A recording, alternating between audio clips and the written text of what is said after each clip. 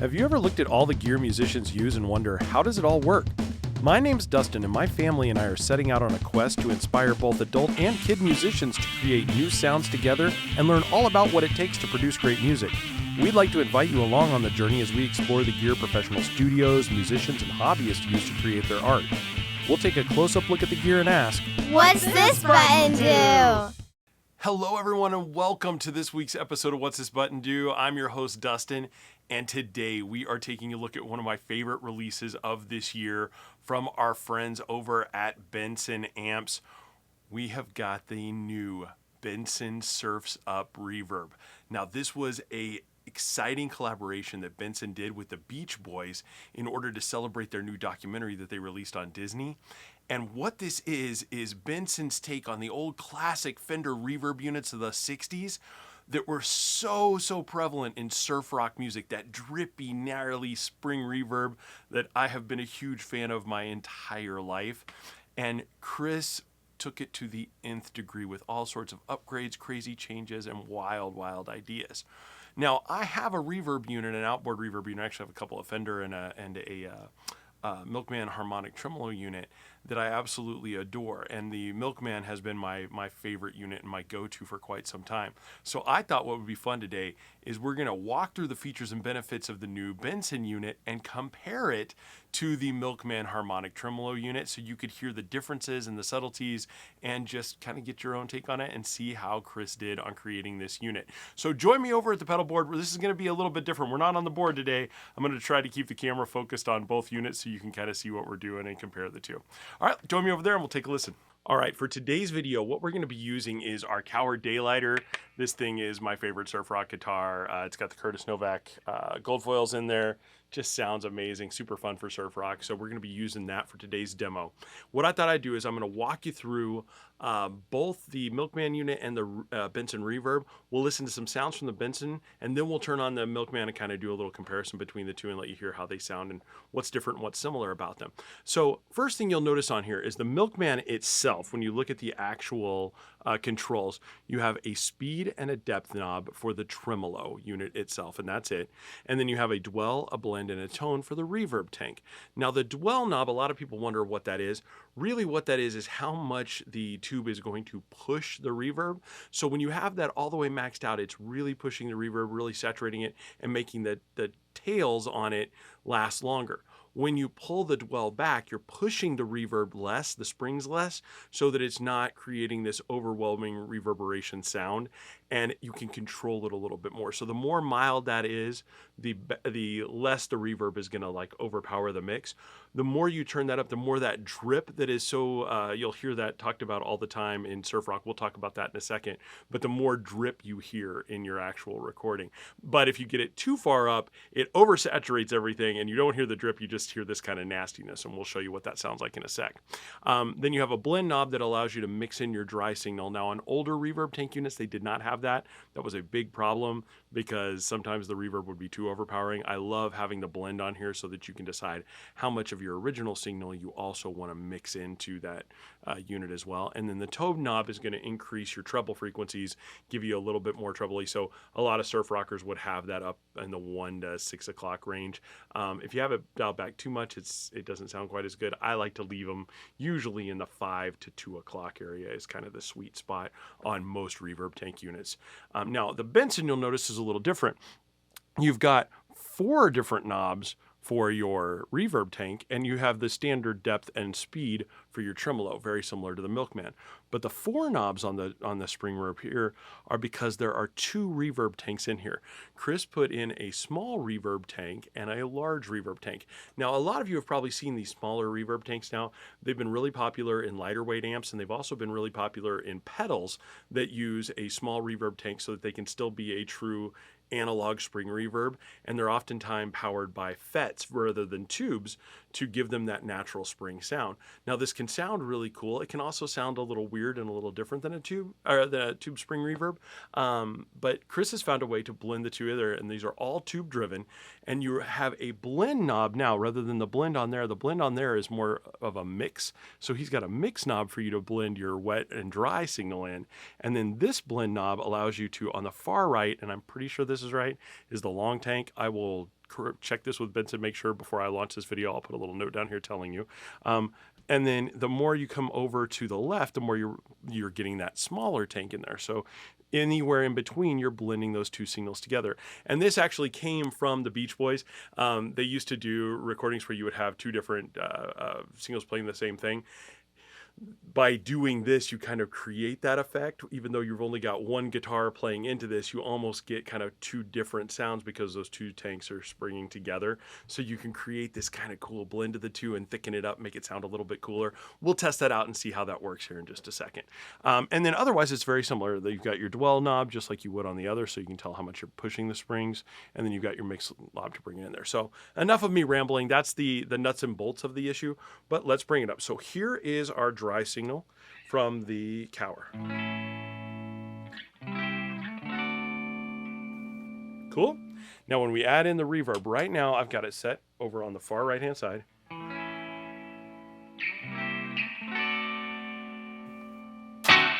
You can hear that nice drippiness. It just sounds really cool.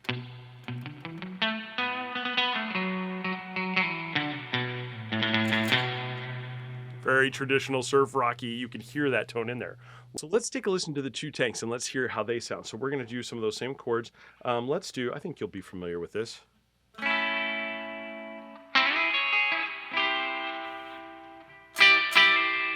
Let's do the same thing on the short tank now.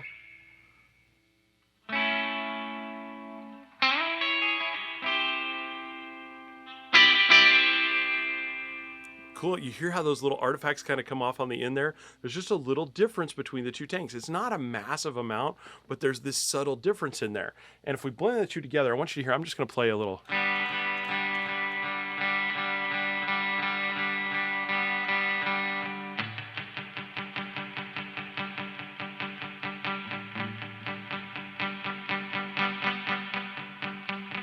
It's kind of a little sweet spot right there. I like that.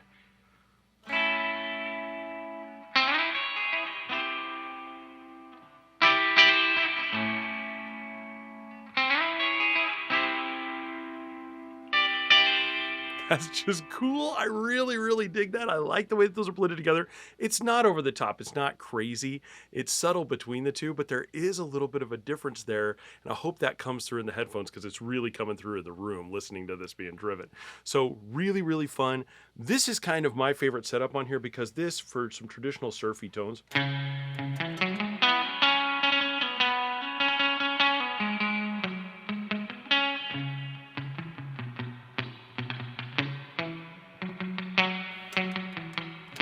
you can hear that drip. And I know some people ask me, like, what is drip? What is drip? You hear that little kind of sound coming out of that whenever you hit a note. That's that drip sound. And if we turn up the dwell a little bit, we turn up the blend all the way, and we turn up the tone just a little bit, you'll hear it even more.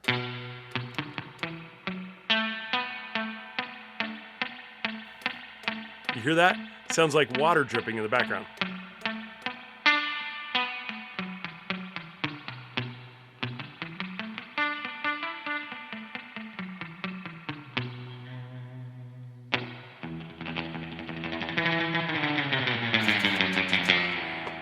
I absolutely love the sound of a good drippy reverb, and that's the thing that digital emulations have trouble emulating. They can copy that drip sound, but it's never the same. It always tries to come out too much, and you want it to be subtle until you're palm muting and really getting that.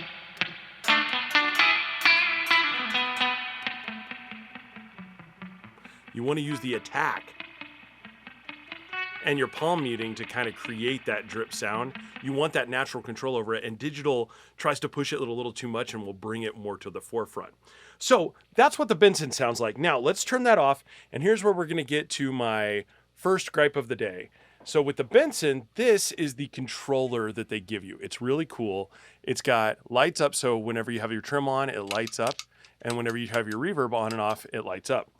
This is what I got with the Milkman. This is a on and off button, but you cannot tell if it is on or off until you've actually turned it on and off and listened to the sound.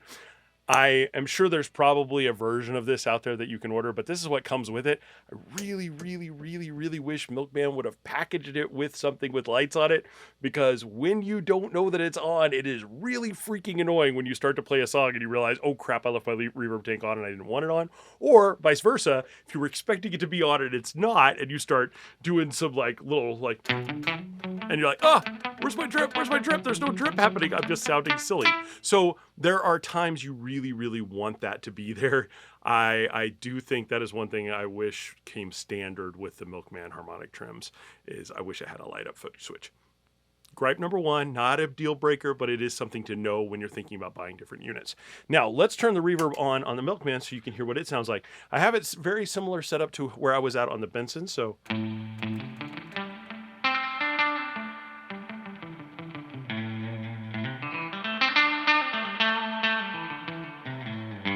This is how I usually leave this. I love this sound. Let's go back to her.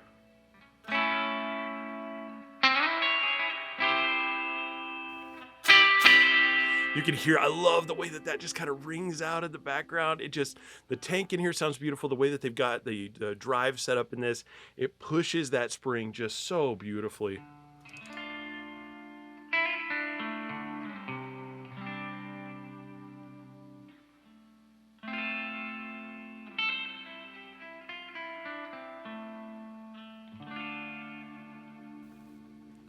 I think that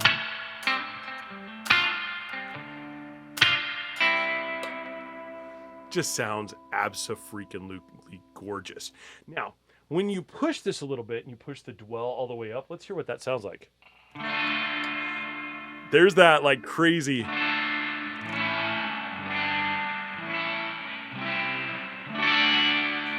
You can hear it really pushes those springs and makes them just reverberate, where you lose some of the drip.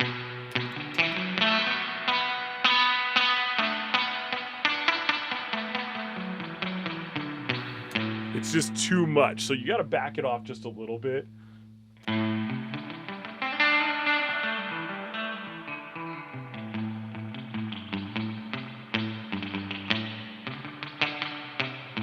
Much, much better, and I like it. I kind of leave it right up in there. Now the tone knob, same thing. If we push this up all the way,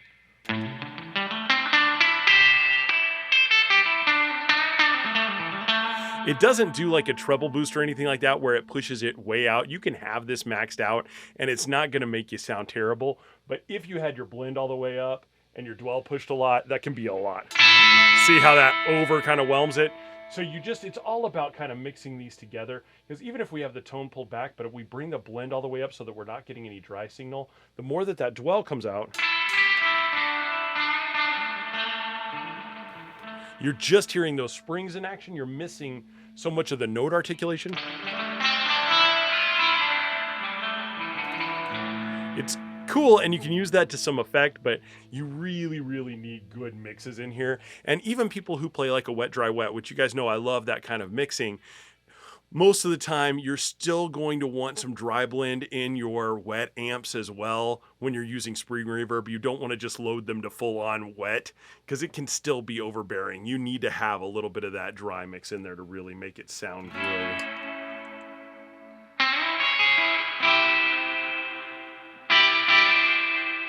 See, it still can be just a little too much over the top the more you have that up there. So I like to leave those back into here.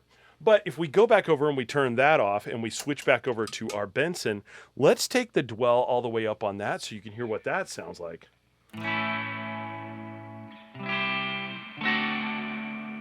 And then we're going to bring the mix all the way up. Thing that surprised me the most is you'll notice it does not push as much as the Milkman does. By itself, it's a little bit quieter and a little more subtle. Something interesting that I want to show you that I've noticed on both of these units that I did not know, but I think this is kind of fascinating. Neither of these units are what we would consider true bypass, which means when they're not on, they're not affecting your tone at all. Both of these units are affecting your tone whether they're turned on or not if they are in your signal path. So right now I've reached down onto my pedal board and I've turned them both off so that there's no signal passing through them. So what you're hearing is my true dry signal. That's my true dry signal. Now let me turn them back on into the chain.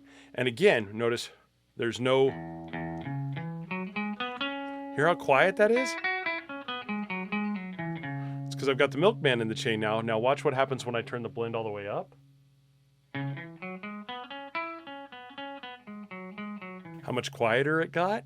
The tube is still affecting your signal, and you're just hearing a little bit of the dry mix coming through. You're not hearing the full volume of the signal path. If I bring this down over to the far right, now watch if I take this out of the signal again. Now the volume dropped down. So the tube is actually driving the signal. And when we have that back all the way, you're getting almost a preamp effect if you've got the blend turned all the way down. Now let's do the exact same thing to the Benson. I'm going to take the Milkman completely out of the chain, but I'm going to put the Benson back in.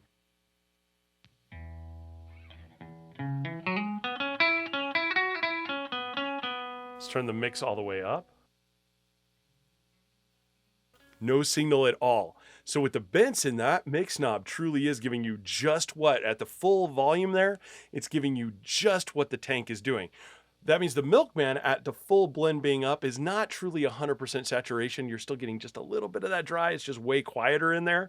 With the Benson, there's nothing. When you've got the mix all the way up, you are only getting whatever the tank has got going on inside of it. That's it. When you bring it all the way back, you are still getting that preamp effect. Versus if I take... But you can hear it's much less subtle. With the mix all the way back, it's even taking that tube drive a little ways away from there. And I truly believe, I think the Benson is a true kind of at zero mix. You're getting close to a true bypass, where the Milkman, when you've got it at a zero mix, you're getting the boost from the tube itself, pushing it a little bit more. So it's not quite a true bypass. So if you're looking for a true bypass effect, these aren't the ones. But if you're looking for it to not affect your signal as much as possible, but you still want to have it there ready to go at a moment's notice, turn your mix all the way back when you're trying to not use it, and then just turn it to where you need it to be when you need it. That would be a really great way to do it. Or do what I'm doing right here, put it into a looper, just put it into a loop of a loop. That way you can totally bypass it when you need to. That's really the trick there. But that, if you're using this for recording and you want to get a true bypass tone on the Benson, take your mix and take it all the way back to zero, and you'll be pretty darn close. You're getting a little bit from that tube, but you're not getting a lot. But anything beyond that, if you turn that up at all at that point, all the way up here, and you'll hear it's dropping that signal down. But then when I engage it,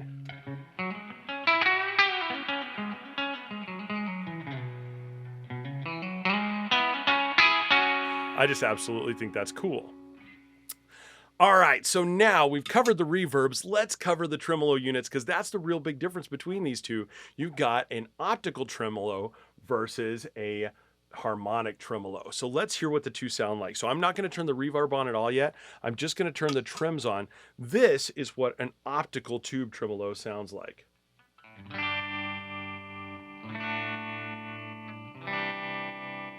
That kind of pulsating sound.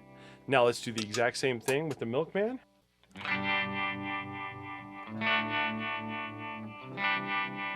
Now there you can tell the depth's a little bit higher than the other one. Let's try that back a little bit. Let's go back to the Surf's Up.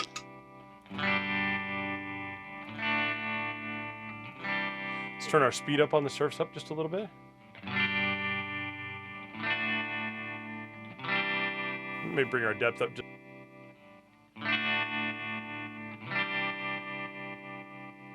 Close. Let's go back over to our Milkman.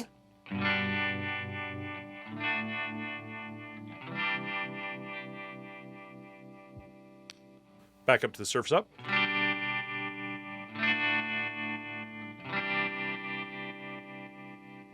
So you can hear an optical tremolo has that throb, but the harmonic tremolo gets what I call chewy. You'll hear that kind of reference to there. It's got a little bit more depth to it in a way.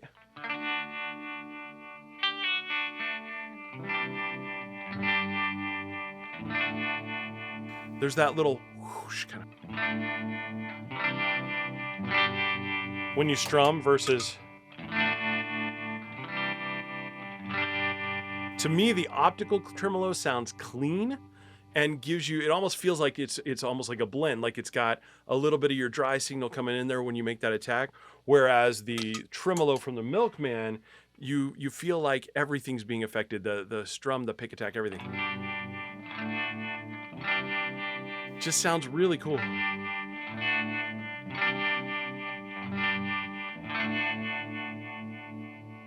Definitely not subtle. It's thick and lush. So if you're looking for subtlety, optical tremolo is your way to go. If you're looking for something that really comes through and really sounds chewy and wavy, that's where harmonic tremolo just shines. So totally different sounds here. Both are really cool. Both have their place. And that's why I find it really hard to choose between the two.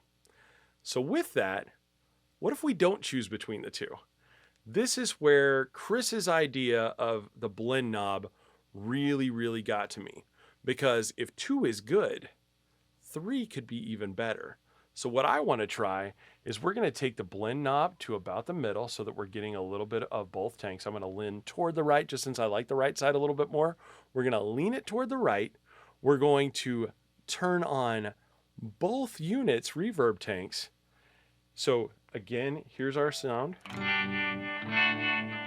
I should probably turn off the tremolo. Again, see, I didn't realize the tremolo was on because there's no light on the Milkman switch. Okay, so no reverb on. Let's turn on the Milkman reverb. Now let's turn on the Surf's Up reverb with it.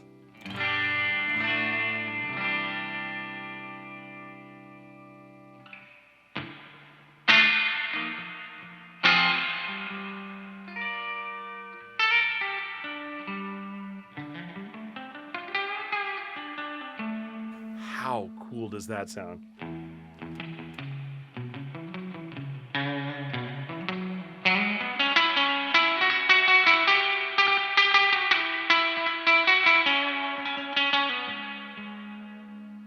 What if we turn on the trims on both units?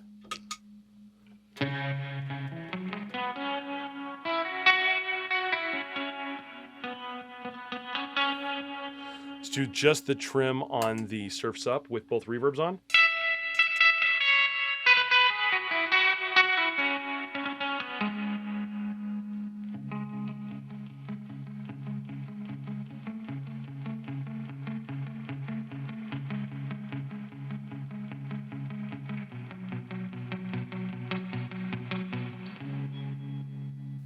Now with both tremolos on.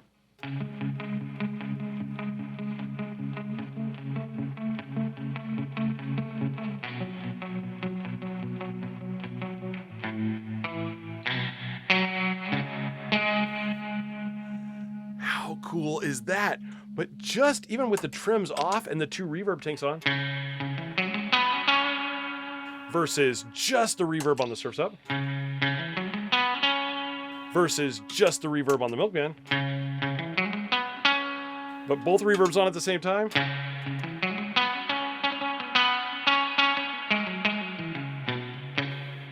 That sounds freaking sane. So technically you've got 3 reverb tanks feeding into each other, cascading through 2 tubes, and what comes out is absolutely nuts. So here's my recommendation for you. If you get your hands on a Surf's Up from Benson and you have an amp that already has a reverb on it, don't be afraid to turn that unit on, stacking into the reverb in your amp. Mess around with it and see what you get. I think you will be pleasantly surprised. It's pretty freaking cool. Now, I hope you're able to tell the differences there. Now, obviously, from a tremolo aspect, these are not apples to apples. You have a harmonic tremolo versus an optical tremolo, 2 completely different sounds. Now, both, I think you'll agree, have their place and their usage. And I think what Chris has done by adding that extra film and getting rid of the nasty little sounds that you could hear on old optical tremolos and increasing the width of that tremolo speed allows for a ton of variation with the Surf's Up. But there is a magic in harmonic tremolo that I think is just gorgeous and beautiful that makes the Milkman absolutely worth it. I love that sound. I love the feel and the pulsations that you get in a good harmonic trem, especially in a mix. So I do think there's a place for both of these. But the reverb unit, I think itself, there's so much to love from both units. But just to my ears, I gotta say that Surf's Up just seemed balanced. It seemed perfect. It seemed to be, no matter where you set it, for the most part on the settings, you could really get some amazing sounds. Now, I prefer going to the far right, which I'm pretty sure is the long tank. And I will confirm that if there's something that I'm saying that's wrong, by the time that this episode goes out, I'll put a little note down here saying like, oh no, Dustin was an idiot. That was actually the short tank.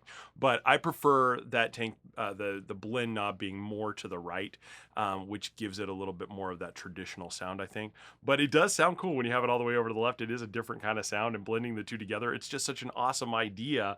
I can't believe Chris thought to do that, and to take two different reverb tanks and blend them together is like such a clever way to do it. And it really does give you a completely unique sound that I've never seen in all the different reverb tanks that I've seen out there. But I also think, and someday I'll do a shootout on this, and if you'd like to see me do this, put it down below. A lot of people are using like the smaller surfy reverb tanks, and some of these smaller, more portable reverb units. And I have used those. I've tried them all. I've had a couple of them, and they were good, but there's nothing that beats a tube-driven reverb tank. I truly believe that. I believe you get more out of it, and especially if you try to push it with an overdrive or anything, you don't get this artificial sound. You get this beautiful smooth drive going into that tube, just like you would into an amp that causes some nice breakup. I genuinely believe if you're gonna do it right and you want to have a good reverb unit, there's no substitute for a good tube-driven reverb, a real spring reverb. Get yourself one. It's worth the investment, especially if you play a lot of surf rock or anything in this genre. You'll want it. But honestly, like I think it's one of the most beautiful sounds in rock and roll, in country music. Every style of music can benefit from a good tube-driven spring reverb. So if I was going to invest money in any more expensive piece of gear, that would definitely be one of the ones that I would do as a guitarist. I think is one of the most beneficials to your sound.